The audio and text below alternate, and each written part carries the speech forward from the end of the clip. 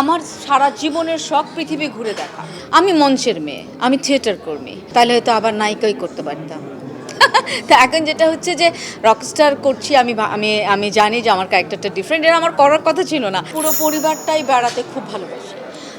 ধরেন বাঙালি মেয়েদের বা বাঙালি পরিবারের অনেকের অনেক শখ থাকে। আমার সারা জীবনের শখ পৃথিবী ঘুরে দেখা। তার মধ্যে নিজের দেশ ঘুরে দেখার মতন আনন্দ তার দুনিয়াতে আমার মনে হয় না কারো কাছে কিছু আছে। তো সেই জায়গা থেকে যদি চিন্তা করি, আমার ভ্রমণ, আমি যদি কেউ বলে ভ্রমণ বিলাসী, আমি ভ্রমণ বিলাসী। সেই যখন ছুটি রিসোর্ট আমাদের সাথে যোগাযোগ করলো, আর ঢাকাতে যে গাজীপুরে ছুটি রিসোর্ট আছে সেখানে আমার বাচ্চারা সবসময় ওর বন্ধুবান্ধবরা নিয়ে যায়। আমি ছুটি রিসোর্টের নাম অনেক শুনেছি, কিন্তু আমার গাজীপুরেরটাতে যাওয়া হয়নি। যেটা হয় যে শুটিংয়ের কারণে হয়তো ওদের ওখানে গেছি বা দেখে এসেছি। কিন্তু এই যে এখন যে আমরা দুজন মিলে, মানে আমি আর সেলিম, আমরা ছুটি রিসোর্টের সাথে সম্পৃক্ত হলাম, সেটার পিছনে মূল কথা হলো আমি বেড়াতে ভালোবাসি, আমি সমুদ্র ভালোবাসি।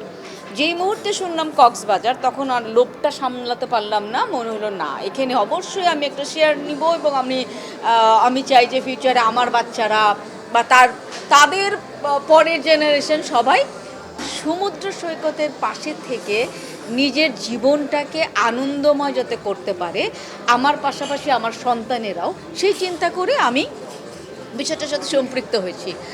আর আমার বিশ্বাস যে আর পডকাস্টের কথা বলছেন, এখন তো একটা পডকাস্ট সিজন চলতেছে, সব জায়গায় পডকাস্ট হচ্ছে, তো ওরা এই উদ্যোগটা নিয়েছে, ইটস গুড।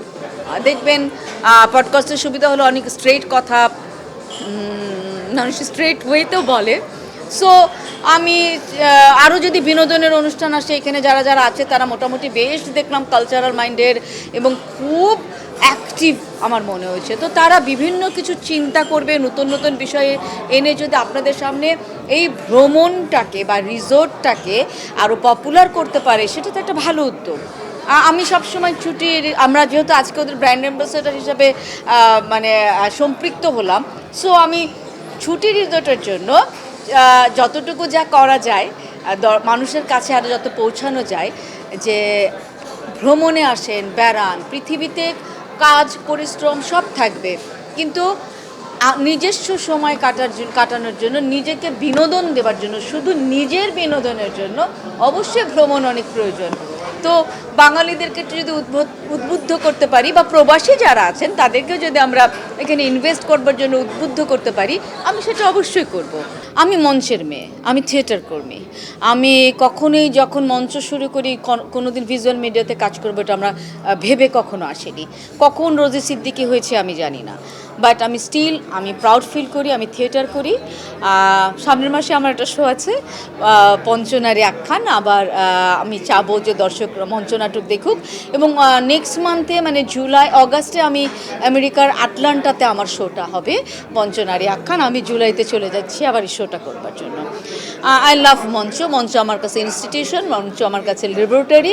আমি মনে করি আমি যে রোজি সিদ্দিকী স্টিল আজকে 36 বছর ধরে আপনাদের সামনে কাজ করে যাচ্ছি, এত বছর আমার বাপের বাসায় থাকিনি, তো আপনাদের সামনে আছি, এই যে সাহস, এই যে আমার পথ চলা, এটার পিছনে পুরোটাই কৃতিত্ব হলো আমার থিয়েটার।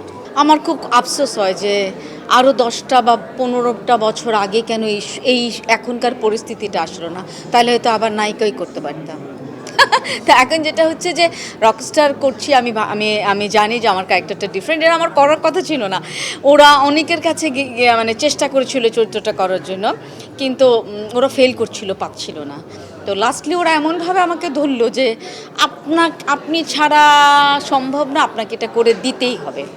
তারপরে আমি করতে গেলাম, এবং আমি চাই যে দর্শক দেখুক। আমি নিজেও এখন পর্যন্ত দেখিনি, আমি 20 তারিখে ডাবিং করব, সো আমি বুঝবো যে আমি কি করেছি, আর দর্শকরা দেখে বলুক আমি কেমন করেছি।